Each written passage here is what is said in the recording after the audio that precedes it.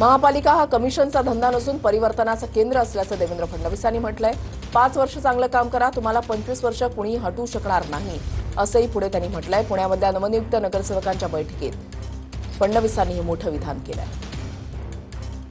नगरपालिका हा काही आपला कमिशनचा धंदा नाही, महानगरपालिका हा आपला व्यवसाय नाही। महानगरपालिका सामाजिक आर्थिक परिवर्तनाचं एक उपकरण म्हणून या ठिकाणी आपण आपल्या हातामध्ये घेतलेला आहे।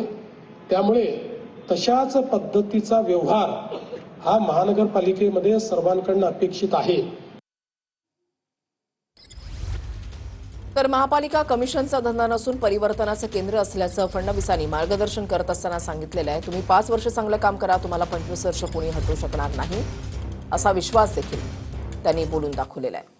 इकडे समरजित घाटगे यांनी फेसबुक ऑफ प्रोफाईलवरून तुतारीचं चिन्ह हटवलेलं आहे। जिल्हा परिषद निवडणुकीच्या नंतर समरजित घाटगे भाजपमध्ये प्रवेश करणार असल्याची चर्चा आहे। समरजित घाटगे यांनी पवारांच्या राष्ट्रवादीकडून विधानसभा निवडणूक लढवली होती।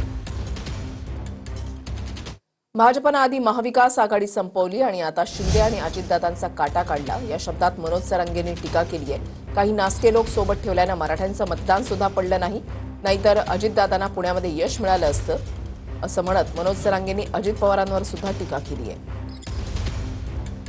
काही ठुलत नाही, पहिले संपली महाविकास आघाडी यांनी लय कलाकार आहे ती, आधी त्यांचा काटा काढा, आता शिंदेचा आणि अजितदादाचा लावलाय आणि अजितदादा बी असे लोक सांभाळतो म्हणून अजितदादापासून मराठी लांब जायला लागले। झटका कळाला अजितदादाला, कारण काय पापी लोक, रक्ताने माखलेले लोक जर सोबत ठेवले तर असले परिणाम भोगावे लागतात। अजितदादांनी याच्यातून तरी समज घेतली पाहिजे आता की आपण असे नासके लोक सोबत ठेवले की जे रक्ताने यांचे हात माखलेत असले, म्हणून आपल्यावरती इतकी वाईट वेळ आली की मराठ्यांचं मतदान सुद्धा पडलं नाही। नसता पुण्यात अजितदादाला इतके कमी नसतात।